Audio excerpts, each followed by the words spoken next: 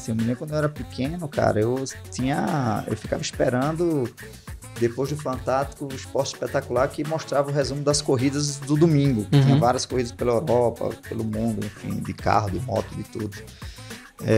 Hoje não, hoje você vê que ao vivo, abre o YouTube aí, tem, né? Você pode acompanhar tudo, Pode né? acompanhar o que você quiser.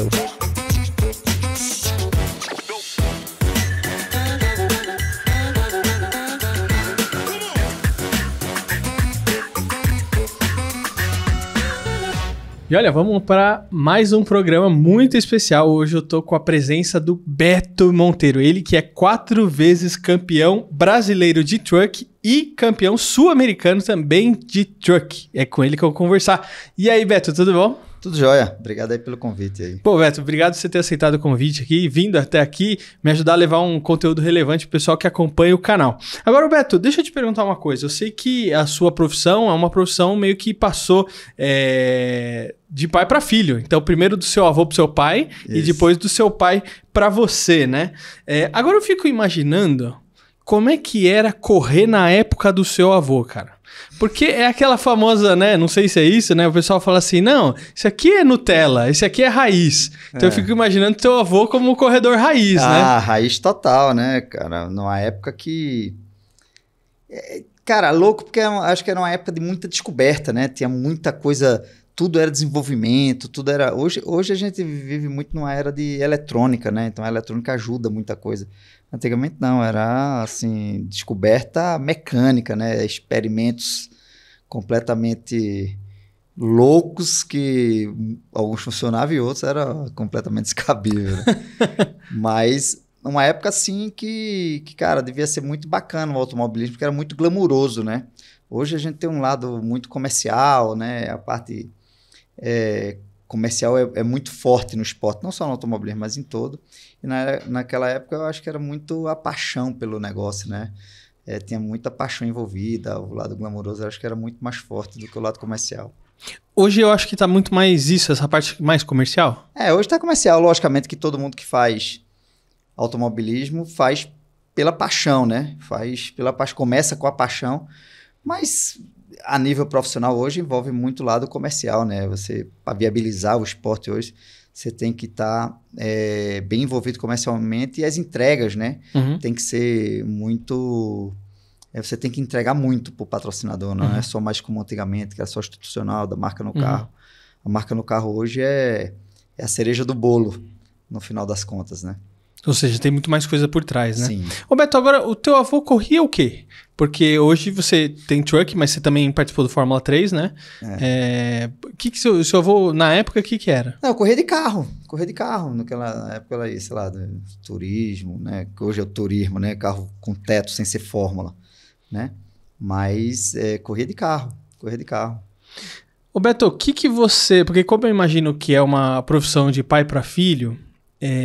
você tem outra visão e outra experiência em cima do esporte do que muitas vezes alguém que está começando agora, né? A pessoa assim, tô apaixonado por automobilismo e começa ali a conhecer as coisas. E eu acho que é muito diferente quando você já nasce num lugar onde se toma café da manhã, almoça e janta tudo isso, né?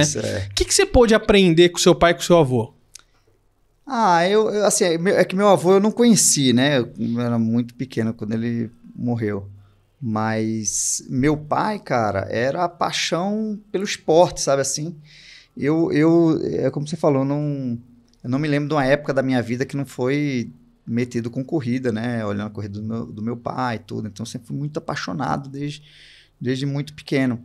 E isso é meio que ainda leva à conclusão que é um pouco individual, porque eu tenho um irmão, que a diferença nossa é 1 ano, e viveu todas as experiências de corrida que eu vivi.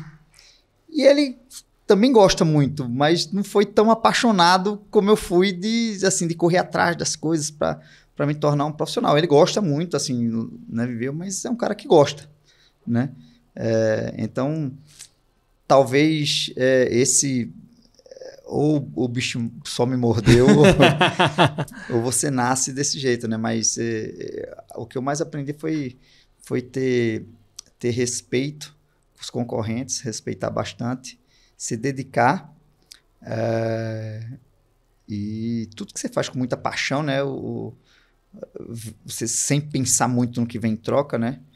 As coisas por consequência vêm, né? Porque você se dedica porque você gosta. Né? Claro. Roberto, agora, existe preconceito entre as modalidades? Porque assim, hoje dentro do automobilismo tem um monte, né? O cara quer correr, mas quer correr o quê? Tem um monte de coisa. O truck é uma delas. Sim. Aí tem Fórmula 1, F3, enfim. Tem preconceito? Existe isso? Assim, não, correr tem que ser Fórmula 1, que às vezes é o mais popular. Não, talvez assim... Talvez eu te fale que talvez eu tenha sido o cara, junto com o Felipe Giafone, que acabou quebrando isso com a corrida de caminhões. Eu sou um cara que vim do automobilismo, né? Eu corri de tudo, corro de tudo até hoje, né? Nos últimos 2 anos eu fiz truck e estocar no mesmo ano, né? Correndo temporada de truck e de estocar, que são os 2 maiores campeonatos hoje no Brasil. Então, assim, eu acabei quebrando um pouco esse preconceito que tinha, não, o cara é caminhoneiro, né? Que eu já ouvi muito, assim, nossa, é caminhoneiro. Né? E com muito orgulho, para falar a verdade, apesar de eu não ter vindo oriundo do transporte, né, de ser caminhoneiro, como alguns pilotos se formaram, pilotos que eram caminhoneiros, que acabaram... hoje tem muito menos, mas a categoria lá atrás começou com caminhoneiros, né? Com o pessoal do setor de transporte. Eu fui um cara do race, né? Eu vim do automobilismo, corri de kart, de carro, fui mandado de Fórmula 3 na Europa, voltei e acabei caindo, por um acaso, em corrida de caminhão e acabei me profissionalizando nisso. Mas até hoje, em paralelo, eu faço. No final do ano passado, acabei de ganhar o Campeonato Brasileiro de Kart, né? Que fui disputado de última hora, acabou ganhando um brasileiro, que eu não tive um campeonato brasileiro na época que eu corria de kart, acabei ganhando agora, o ano passado, né? Nos últimos 2 anos eu fiz truck e estocar junto. Esse ano eu faço no mesmo final de semana a truck e a NASCAR Brasil, que é no mesmo final de semana, eu desço de um e entro no outro. Então acabou que eu falei de mim, falei do Felipe Giafone, porque o Felipe Giafone foi um cara que veio da Fórmula Indy e veio para correr de caminhão. Então acho que nós dois, que eu acabei me profissionalizando primeiro em corrida de caminhão, e aí em paralelo eu vim fazendo essas corridas, corri de NASCAR nos Estados Unidos, corri de Porsche. Então assim, eu fiz várias coisas em paralelo com o caminhão, quebrando um pouco esse preconceito de dizer, não, lá os caras são tudo caminhoneiro. Tanto que hoje a gente tem, sei lá, acho que a maioria do grid hoje da Truck são pilotos que vieram de categorias que passaram para estocar, enfim, várias outras categorias de turismo. Então, são pilotos formados, não são pilotos que vieram oriundos do transporte ou de ser caminhoneiro. Cara, não é difícil esse monte de competição, ou esse monte de coisa, né? Assim, uma hora eu tô no Stock Car, outra hora eu tô no Truck, outra hora no kart. Porque, primeiro que são dinâmicas diferentes. Na pista é muito diferente, imagino eu, tô perguntando como um leigo, né? Eu não entendo nada. E aí, de repente, e ainda assim, a dinâmica de trabalho e de preparo. Então, assim, agora é truck, você tem que ligar uma chavinha ali, truck. Né? Agora é Stock Car, peraí, muda outra chavinha. Como é que é isso pra você? Cara, sabe que tem um narrador de corrida chamado Luke Monteiro, por coincidência mesmo sobrenome, que vive falando que eu sou o piloto mais eclético que tem no Brasil, por fazer diversas coisas ao mesmo tempo, enfim. Apesar que tem vários pilotos que fazem também diversas categorias de carros, assim. Talvez o meu fica mais enfatizado porque eu faço o caminhão, que é um negócio bem diferente do que é correr de carro, né? Todo mundo sabe o que é corrida de carro, corrida de caminhão foi feito para transporte.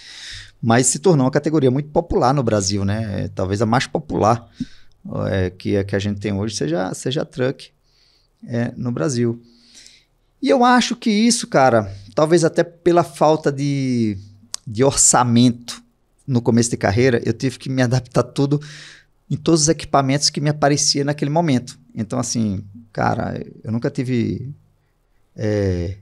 um kart específico meu. Então, assim, eu sempre fui usando equipamentos que me apareciam de última hora. E acabou por falta de recurso.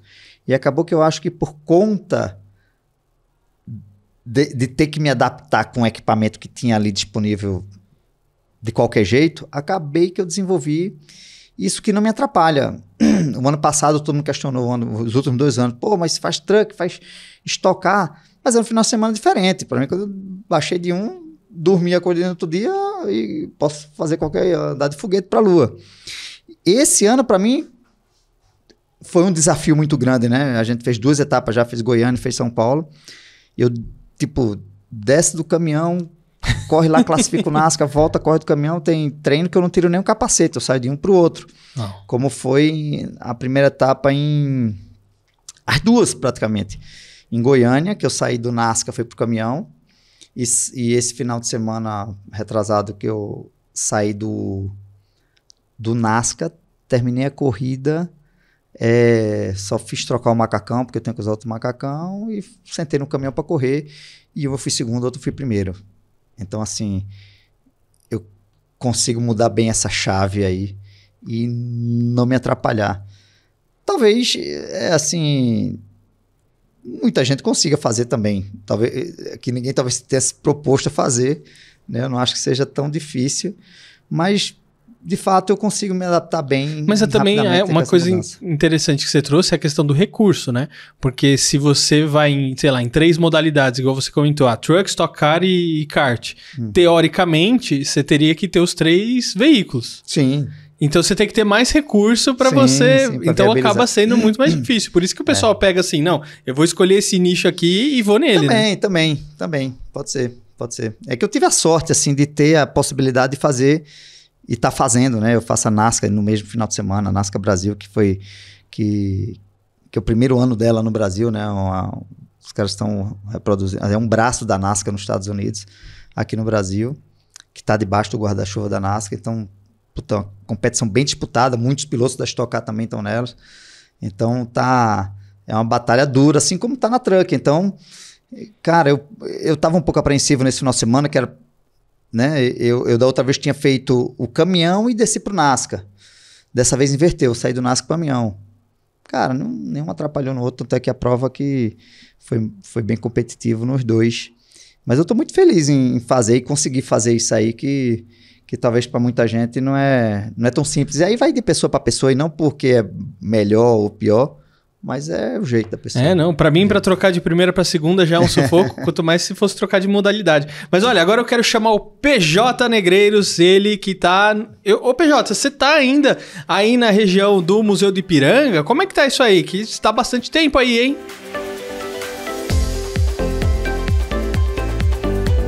E essa é a melhor parte do rolê, com certeza. Que ir lá pra baixo, quero saber de andar de skate, quero saber de andar de bicicleta, quero saber de andar de pogobol, de patinete, de carrinho, de rolemã, quero saber de nada, eu quero saber disso aqui. Olha que coisa maravilhosa. A parte da comida, aqui é uma parte maravilhosa da feira, onde você tem vários tipos de pratos, artesanato, diversão para a criançada. Olha aqui, ó, como o pessoal é feliz aqui, ó, que coisa maravilhosa, ó. Se depender de mim, eu não vou lá para baixo fazer nada, tá bom? Eu vou ficar aqui, ó. Olha quanto doce bonito, né? Ah, isso aqui é vida, isso aqui é o Ipiranga. Olha que coisa maravilhosa. E por falar em coisa boa, gente, que tentação, que pecado. Como é seu nome, meu amor? Meu nome é Aline. Aline, olha, meu, tudo isso daqui é você mesma que faz? Sim, sou eu que faço. Tenho uma confeitaria, temos 2 lojas e todos os domingos e feriados aqui na feirinha do Museu do Ipiranga. Eu tenho bombom de morango, bomba de chocolate, brigadeiro, brownie, tem as taças da felicidade. Tem uma coisa também que eu quero mostrar pra você. Mostrar pra mim? Mostra o que você quiser, meu amor. É isso aqui. Olha.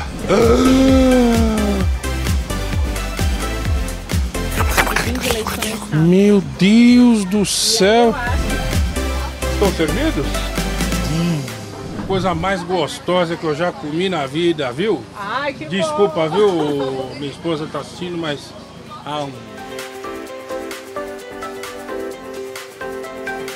Uma das coisas que eu sempre odiei comer na minha vida foi tapioca, cara. E sempre foi o seguinte, tapioca com queijo branco, quer dizer, parece que você tá comendo borracha com um monte de areia. Mas aqui nessa barraca a coisa é diferente, porque olha só, é o encontro do saudável com tudo que é bom. Nutella, olha só, sucrilhos, você tem paçoca, Nutella com coco, você tem bacon, tem catupiry, gente...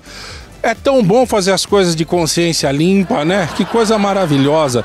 Eu só queria perguntar uma coisa pra vocês.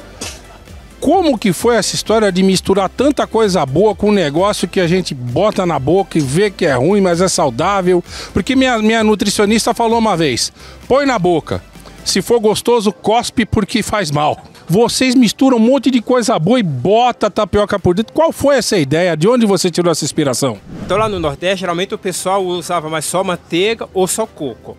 Aí eu fui criando, eu falei, por que não tapioca de manteiga? Por que não colocar queijo? Por que não queijo e presunto? Aí fui criando. E hoje eu tô com 460 sabores. E não sou eu que aprovo, quem aprova é o público. Só teve uma que eu fiz que o pessoal não gostou, que foi coco com maionese. Me vê uma tapioca de X-tudo, pode ser? X-tudo, eu tenho brócolis, você pode montar os seus sabores. Tem a especial que é 4 sabores, entendeu? Você pode montar. Aqui é a preferência que é sempre do cliente. Eu escolho do que eu quiser? Você escolhe o que você quiser. Então vamos... Se quiser carne seca com chocolate eu faço. Você tá pagando, por que não? Olha que maravilha. Então vamos lá. Daqui pra cá tudo, tá bom? Tudo. Pode ser. Vamos ver se vai caber na tapioca, né? Na tapioca eu não sei, mas na minha barriga, com certeza cabe.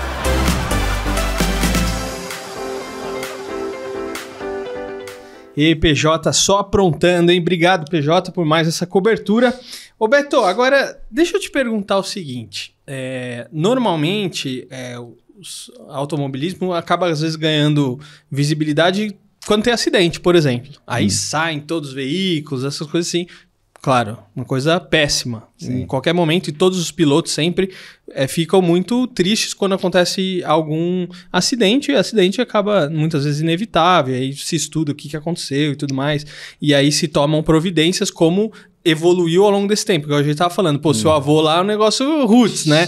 Não tinha proteção igual se tinha. Nem segurança devia ter, eu acho. Então, hoje você tem muito mais proteção, tanto que é engraçado porque eu não acompanho, não é que eu não acompanho automobilismo, eu não acompanho esporte nenhum.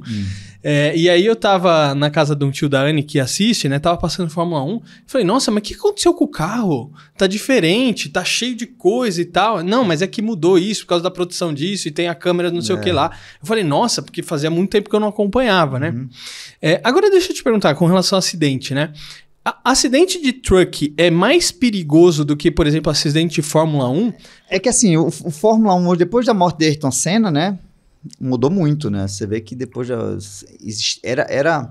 não era comum, mas existiam algumas mortes na Fórmula 1 até o acidente de Ayrton Senna.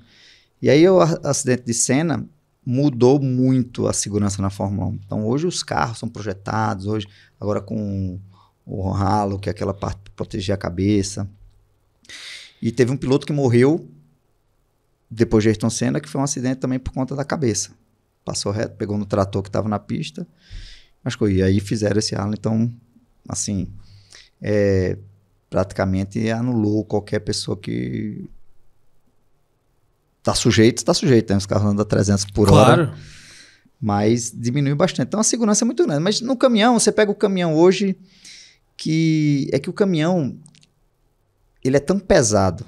Tem um caminhão que vai a 250 por hora. Ah, então é quase o Fórmula 1. Então é bastante. Assim, só que ele é tão pesado que até ele se destruir, ele já destruiu muita coisa pela frente quando ele escapa.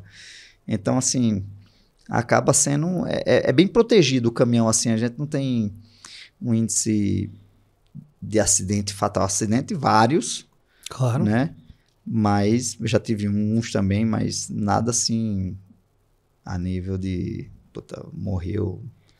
Um que ficou muito famoso aí, o cara machucou muito, ele caiu de uma altura, sei lá, de um prédio de 6 andares, de uma pista na corrida. Se machucou bastante, mas tá contando a história. Como assim caiu de um prédio? Porque ele escapou no lugar que era mais alto do autódromo, assim. Putz, então, o caminhão é tão pesado que ele passou muito rápido por todas as barreiras, mas assim, uma barreira de pedra e de areia, assim, que você não acredita. E caiu fora do autódromo. E aí o autódromo, tipo, se ele era no lugar mais alto, ele caiu na portaria do autódromo. É como se fosse a pista de Congonhas aqui, vai. Mas aqui é mais alto, pronto, né? Mais ou menos isso aí. Mas só que mais alto, porque Sim. 6 andares, a de Congonhas é um pouco mais baixo. É, isso aí. Ele caiu e, caiu... Que loucura, cara. Caiu feio. E aí se machucou porque o caminhão caiu todo em cima dele. Porra, aí ele se machucou, se quebrou bastante. Mas, cara, infelizmente, mas tá aí, tá contando a história. Graças a Deus.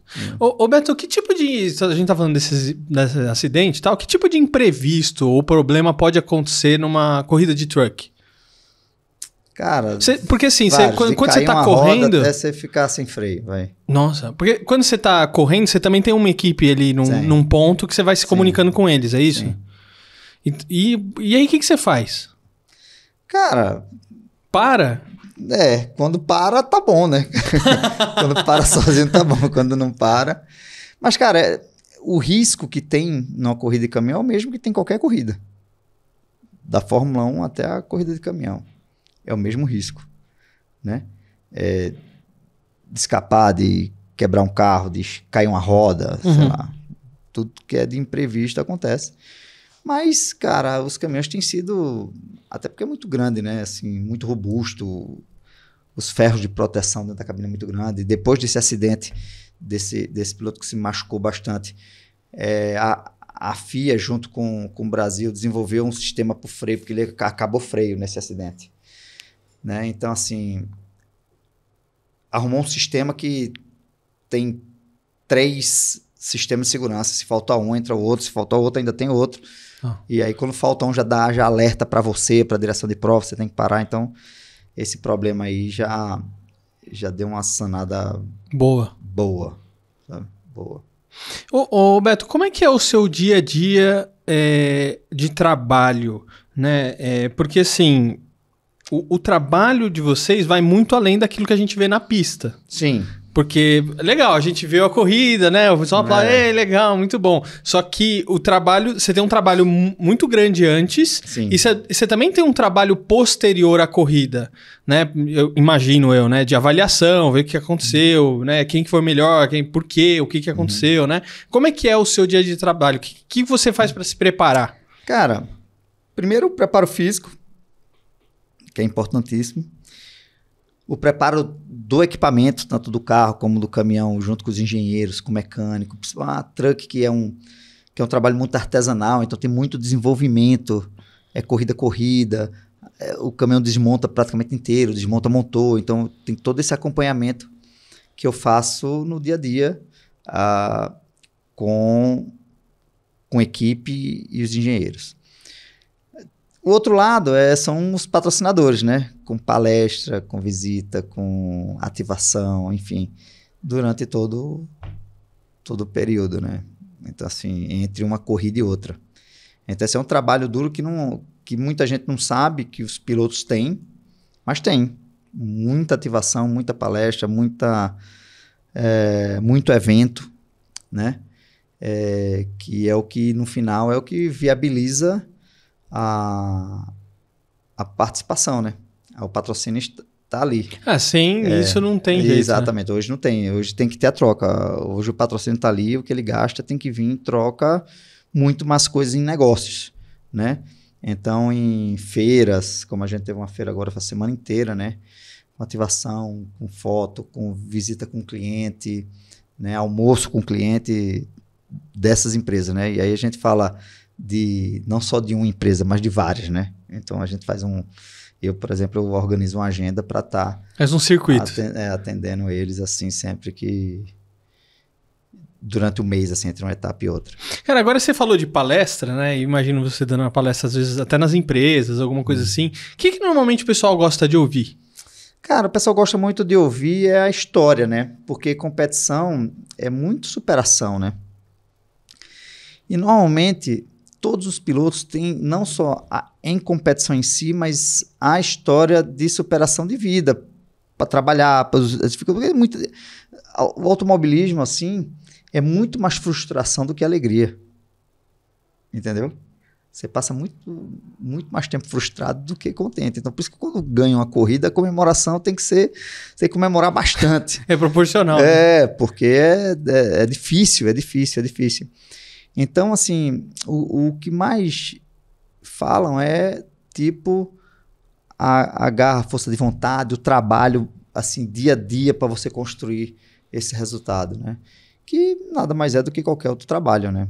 Qualquer trabalho, se você for olhar, as pessoas trabalham assim, né? Se dedica, estuda, constrói, né, o dia a dia para poder ter o êxito, né? Para você crescer. Agora, Beto, essa questão da superação, né, que você trouxe.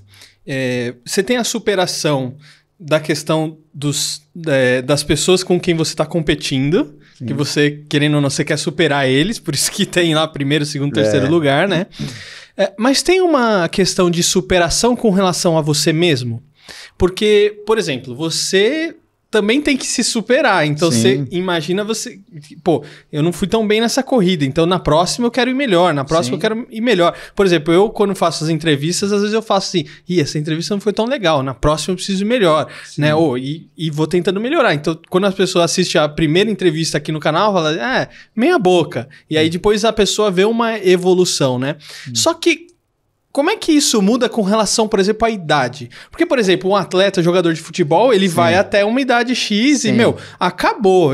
Acabou. Agora você vai virar treinador ou vai... alguma outra coisa, mas no campo não dá mais pra você, no futebol. No automobilismo também é assim? Como é que é? Cara, sempre foi, como qualquer outro esporte. Mas tem uma coisa que tá mudando, né? O mundo tá mudando com esse negócio de idade.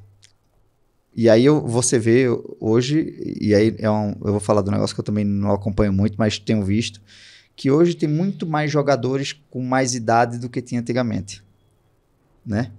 Porque hoje, fisicamente, o jogador aí perto dos seus 40, ou 38, 36 anos, consegue estar bem fisicamente igual um menino de 20, 22. Só que ele tem uma vantagem hoje em cima desses caras, que é a experiência. E isso eu traduzo do mesmo jeito para o automobilismo. Tá aí, esse final de semana, o Fernando Alonso, com 42 anos, em 5 corridas fez 4 pódios. 42. Na Fórmula 1, que é o que a gente tem de mais top no mundo. Então, daí para baixo, hoje, fisicamente, você consegue estar bem fisicamente para guiar, né? Então, aumentou muito essa... Né? A gente teve aí um piloto de truck aí, Pedro Mufato, que corre de caminhão até hoje, que tem 82 anos. Porra! Então, assim, então não tem limite mesmo, né? Então assim, enquanto o corpo aguentar, e cada vez mais o mundo tem trazido recursos para que você tenha, né, tenha um corpo melhor, porque a mente não acaba, né? Se você estiver bem fisicamente, somente é mesmo que você tinha idade com uma coisa a mais que a experiência. Então, hoje eu vejo, né, assim, e cuidando de pilotos feito eu cuido, pilotos novos, né, nas categorias que eu corro também disputo com pilotos novos da NASCAR Brasil, tem uma pilotaiada muito nova também. Então, assim, tem aquele ímpeto, né, que eu já tive lá atrás, né, mas meio desenfreado. Hoje a gente consegue ter a mesma velocidade que um moleque de 20 anos, com bem mais experiência. Aí você dosa, né, as atitudes. Igual, assim, né? Então, eu vejo que o esporte tem trazido, aumentou muito o leque, né? E todo ele, a gente falou do futebol, nós estamos falando de automobilismo, mas todos os esportes têm tido essa longevidade maior, né, do atleta. E eu, cara, e no meu caso, né, eu hoje te falo, enquanto eu tiver a tesão que eu tenho ainda para guiar, eu vou até o corpo não aguentar. Até o couro arriar. Quando disser assim, o corpo não tá mais aguentando, filho, eu vou ter que parar. Entendeu? Mas hoje não, assim, tem, né? Você vê que nem tem tanto mais esse negócio. Os caras, a gente pega o Hélio Castro Neves, há 2 anos atrás, ele ganhou as 500 milhas de Indianápolis, que é uma prova com a duração de 4 horas, que anda com a média de 350 por hora, com máxima de 400 por hora, ganhou a quarta Indy 500 dele aos 47 anos. Entendeu? Disputando roda a roda na última volta com um moleque de 22. Então isso prova que dessas categorias para baixo, cara, tem muito chão ainda pela frente, eu acho. Agora, deixa eu te perguntar uma coisa. Né? Você comentou dessa questão dos jovens, né? E aí eu tenho uma percepção, e você vai me corrigir se eu estiver errado, isso é a minha percepção pessoal, tá? Ninguém me falou isso também. Porque assim, eu lembro que quando eu era criança, tinha muita escolinha de futebol. Em tudo quanto é canto tinha uma escolinha de futebol e todo mundo quis jogar e não sei o quê. E assim, futebol não era minha praia, né? Minha praia era mais videogame, eu ficava no computador, essa parte toda, né? Ali com 12 anos, quando eu tive meu primeiro computador, e aí fui mais pra essa praia. E hoje, por exemplo, eu não vejo tanta escolinha de futebol igual se tinha antes. Inclusive, eu não vejo tanto a molecada falando mais de futebol igual se falava antes, né? Então, eles falam muito de esportes, né? Que são os jogos eletrônicos, essas coisas assim. Bom, minha pergunta é o seguinte, a molecada tá perdendo interesse pelo esporte mesmo, tradicional, futebol, e isso também, de algum motivo, algum lado, você sente que tem afetado o automobilismo? Ou você fala assim, Fernando, não tô sentindo isso, eu acho que cada vez mais as pessoas também estão se interessando mais, inclusive os filhos, porque às vezes os pais, né, que às vezes têm mais essa cultura, trazem os filhos. Como é que você vê isso? Cara, sem dúvida, eu acho que todos os esportes, né? Até porque quem gosta do esporte tem um lado hoje profissional de cada esporte, do esporte, né? Tem os campeonatos aí de essas equipes de gamers, que uma vez eu fui numa feira dessa de gamer e vi uma competição daquela de luta que eu não entendo de nada, uns bonecos batendo no outro, uma torcida maior do mundo, fiquei impressionado com aquilo.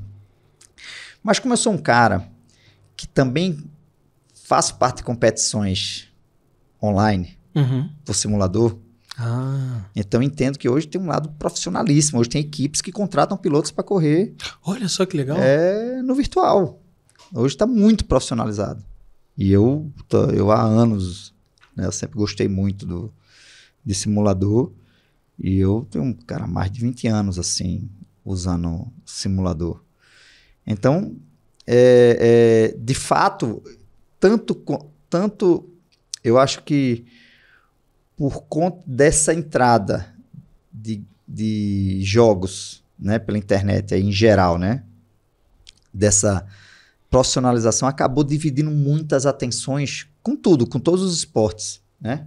Porque até o público que ia assistir as corridas diminuiu de forma geral por conta da quantidade de entretenimento que você tem, né? Então, assim, eu me lembro quando eu era pequeno, cara, eu ficava esperando, depois do Fantástico, o Esporte Espetacular, que mostrava o resumo das corridas do domingo. Tinha várias corridas pela Europa, pelo mundo, enfim, de carro, de moto, de tudo.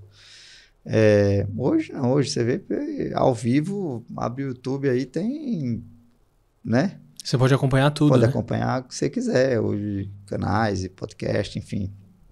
Eu sou um usuário hoje mais do YouTube do que da TV. Então acabou que dividiu, né? Hoje não tem mais essa quantidade de gente, porque o entretenimento mudou e legal, porque cada um, assim, vai curte a sua tribo, né? Isso daí é muito legal. Então acho que houve esse desinteresse, assim, das pessoas, mas porque às vezes era meio que imposta a ela daquele jeito, ó, só tá passando isso, você tem que assistir.